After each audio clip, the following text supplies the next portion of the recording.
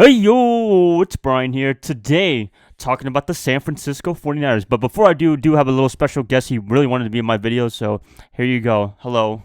Hello, I'm Brian's cousin, and my name is Jason, and I hate the 49ers. Hey man, why? Whoa, hey.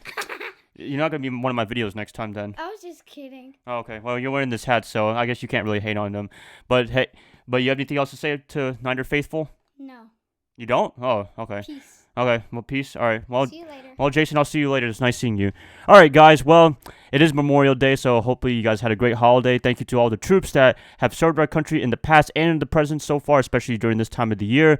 Also, I haven't been making videos for the past couple of days, so apologize for that. But hey, better late than never. I am not disappearing from YouTube anytime soon. Let's just get this started. 49ers, let's talk about Kyle Shanahan, our coach, our man.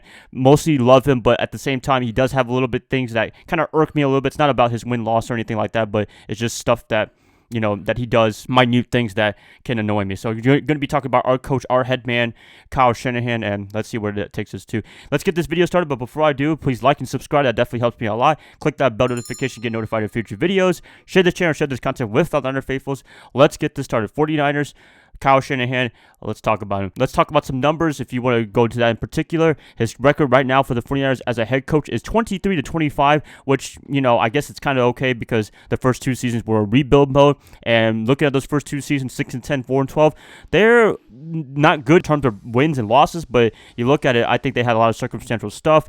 For 49ers 2017, they didn't have Jimmy Garoppolo, and then when they traded for him, they won, 5 in a row. They were on a winning streak in 2017. Hopes were high in 2018, but Jimmy G tore his ACL week 3 against the Kansas City Chiefs, and CJ Beathard started a little bit, didn't really work out. Then Nick Mullins took over, gave us some extra wins. So, you know what? Look at this, some silver linings. A lot of things have happened. Also, 2018, if we did not go 4-12, we wouldn't have gotten the second overall pick, and we wouldn't have drafted Nick Bosa in the first place. So Jimmy G, he says that tearing his ACL was kind of a blessing in disguise, and I kind of would agree with him. It does suck that he got injured, but at the same time, when you get a great player like him, defensive rookie of the year, Pro Bowler, potential All-Pro in the future, that's a pretty good silver lining right there. Anyways, 49ers 13-3 2019. That's the pinnacle of their season so far. Hopefully they have better seasons in the next couple of years, and then you got 2020 coming up. I'm really optimistic about this season. There's a lot of things to be excited about. The offense is looking crisp. Jimmy G, I think he's going to be making that next step as a great quarterback. You also got the defense. Man, I don't need to talk about the defense at all. The whole team is pretty much intact minus DeForest Buckner, and I'm excited to see what the defensive line with Javon Kinlaw, along with Bosa and them, is going to lead us to. So Shanahan, in terms of everything, long term, it's looking really well. Right now, I'm excited, and I don't know what else to say. All right, so some things that I like about him. Winning season 2019, that's a good thing. Another thing I like about him is his coaching acumen. I mean, he's one of the best offensive coaches in the NFL. When he got hired in 2017, I was so excited to get him in the first place. Jed York, he made a great hiring with him and John Lynch as coach/general manager tandem. Offensive minded. I mean, he's one of those guys that's like, he's an offensive genius, but at the same time, he can go old school football, as you saw in the playoffs when he was just running the ball down the Vikings and Packers' throat in the divisional round in the NFC Championship game, respectively, with Tevin Coleman and Raheem Mostert. I mean, when you do that, you don't really have to do anything too crazy with Jimmy G and the whole passing game. But I felt like in the Super Bowl, which I'm going to be talking about in a little bit, not about the whole game, but the way he was managing the game, I thought it kind of irked me a little bit. So, I'll be talking about that in a second. But other than that, I mean, the future's bright for the 49ers. His coaching acumen is amazing. His ability to motivate players, I thought that's another good thing as well. It's kind of an underrated thing of Kyle.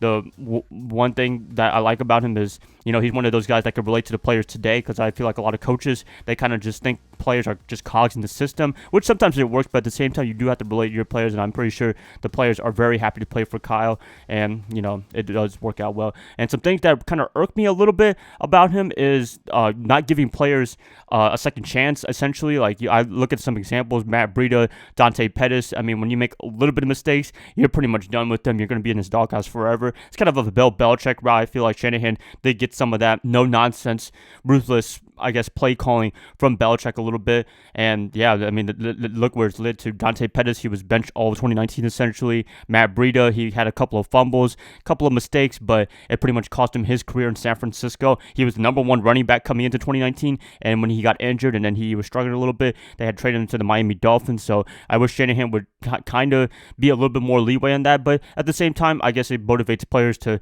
not make as many mistakes as possible. But at the same time, it's just, man, sometimes players just have bad games, and what can you do about it, right? We're all not perfect, but sometimes that kind of irritates me a little bit that he doesn't, I don't know what you want to call it, but it's a little bit ruthless, I would say. But hey, if it works, it works, right? Belichick, he's done it for 20 plus years now. It's been working for him. I mean, you've seen some of the players that he's benched, like Jamie Collins, traded him to the Cleveland Browns. Jonas Gray, I mean, who forgot about him, the running back? I think he was late to a practice one time, and then he was pretty much done forever after having that great game against the Indianapolis Colts on Sunday Night Football. But yeah, Shanahan getting a little bit of Belichick route. Also, another thing that kind of irritates me about Shanahan, it's not really bad, but at the same time, it can kind of you can kind of look at it away. I think that's part of the reason why we lost the Super Bowl is his ego. Yes, he definitely has an ego. I mean, he is an offensive genius. I think we all know about that. It's just that sometimes he gets a little out of hand. He wants to throw the ball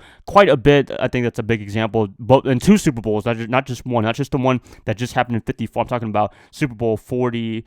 9-50, whatever, the New England Atlanta game. I mean, they were up 28-3, and then Shanahan, instead of running the ball, he decides to throw the ball as often as possible, and yeah, that cost him 25 points right there. The Super Bowl with us against Kansas City, I mean, when you're up 20-10 with 6 minutes and something left in the game to win the Super Bowl, you want to pass the ball quite a bit.